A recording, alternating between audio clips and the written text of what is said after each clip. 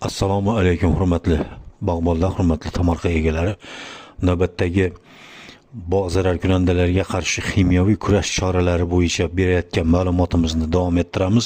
Bugun sizlarga olxo'ri, mevaxo'ri zararkunandasiga qarshi kimyoviy kurash chorasi haqida ma'lumot beramiz.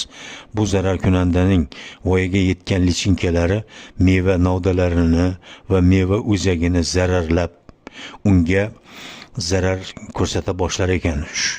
Shunga qarshi quyidagi Lepidotsid Kuk BF300 preparatidan birinchi navbatda gektariga 1 kilogramm gektariga yoki 1 litr gektariga miqdorda foydalanishni tavsiya qilamiz. Bunda foydali haroratlar yig'indisi 190-200 gradusga yetganda, ya'ni hisoblashning o'rtacha kunlik foydali harorati +10 gradusdan oshganda hisoblanadi va kuzatuv natijalari asosida qarshi kurash ishlari olib boriladi.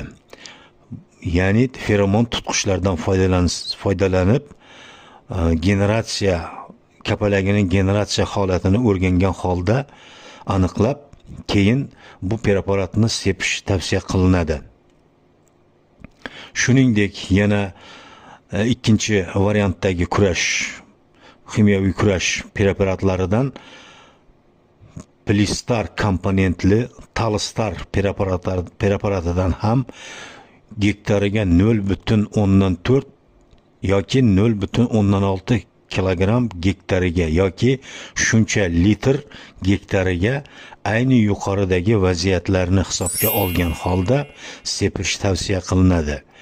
Uchinchi variantda qo'llaniladigan ximikatlarga esa Ciprametrin komponentli Cipi, Cirakas, Suprakil Ciprametrin preparatidan foydalanib, gektariga 0,16 gektariga 0,16 yoki 0,32 kilogramm gektariga yoki shuncha litr gektariga sepish ham ayni yuqoridagi muddatlarni e'tiborga olgan holda tavsiya qilinadi. To'rtinchi variantda yana kurash chorasi bu Lambitsitoglotrin komponentli Karetezion kurash preparatlaridan gektariga 0,4-0,8 kilogramm yoki shuncha litr gektariga sepish tavsiya qilinadi.